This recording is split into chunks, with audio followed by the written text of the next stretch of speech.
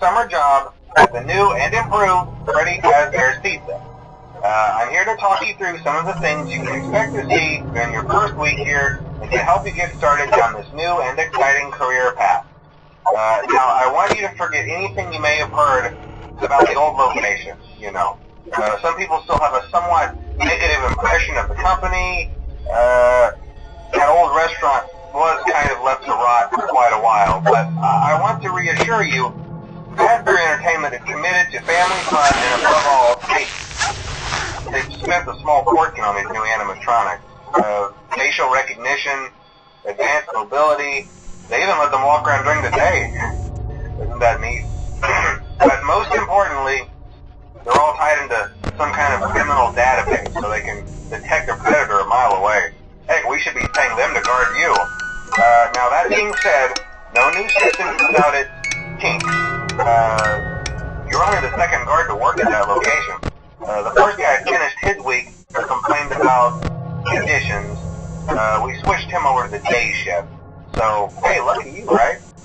Mainly he expressed concern that certain characters seemed to move around at night and even attempted to get into his office.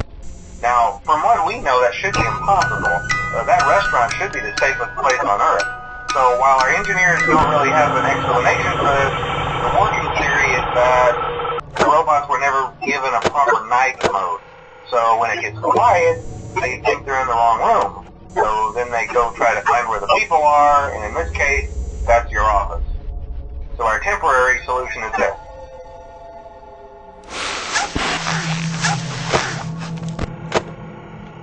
There's a music box over by the prize counter, and it's rigged to be wound up remotely. So just every once in a while, switch over to the prize counter video feed and wind it up for a few seconds. It doesn't seem to affect all of the animatronics, but it does affect one of them. And as for the rest of them, we have an even easier solution.